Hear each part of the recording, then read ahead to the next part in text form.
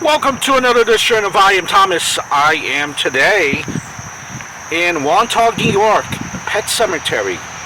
Bideawee Pet Cemetery. Bideawee Pet Cemetery. Visiting a famous dog. And that dog is Checkers. Richard Nixon's dog.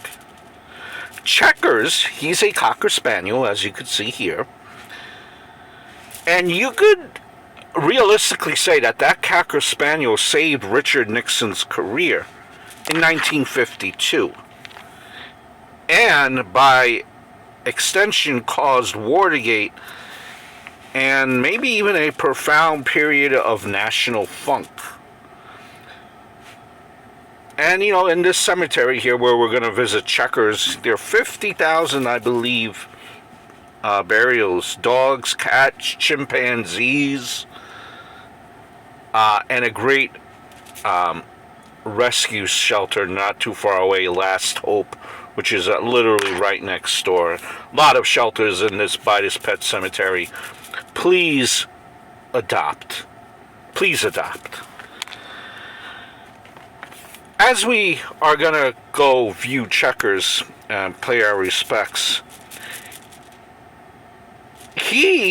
Checkers, I would say, probably touched the hearts, by every indication of reading here, that he touched the hearts of a nation when, at that point, Vice President candidate Richard Nixon was accused of setting up a secret, so to speak, slush fund. And Richard Nixon, he appeared on television and said that the only gift that he had received from his political, group, his political people, was Checkers. There you see Checkers. His children loved that dog, Richard Nixon said. They loved Checkers. And Richard Nixon said that he wasn't going to give it back, even if it was a crime. By every indication back then, at the height of TV, the early beginnings of TV, and this political kind of, big political story, America pretty much just wept, at how Richard Nixon came off. He wasn't going to give back that dog. That's the only gift that he had received, was a dog, and he said he didn't receive any other funds. And we know that realistically, I think that saved Richard Nixon's political career right there. America had changed its perception, or they now believe Richard Nixon. And as you know, Richard Nixon went on to become vice president under Eisenhower, and then eventually president. And the rest of it. Here is Checkers. He was born in 1952 and died in 1964. Richard Nixon never lived on Long Island, and only really had buried Checkers here in 1964 because it was convenient. According to, when I was reading up on this, some locals looked upon the dog as an unwelcome outsider. I don't know, maybe because a lot of visitors and, who knows.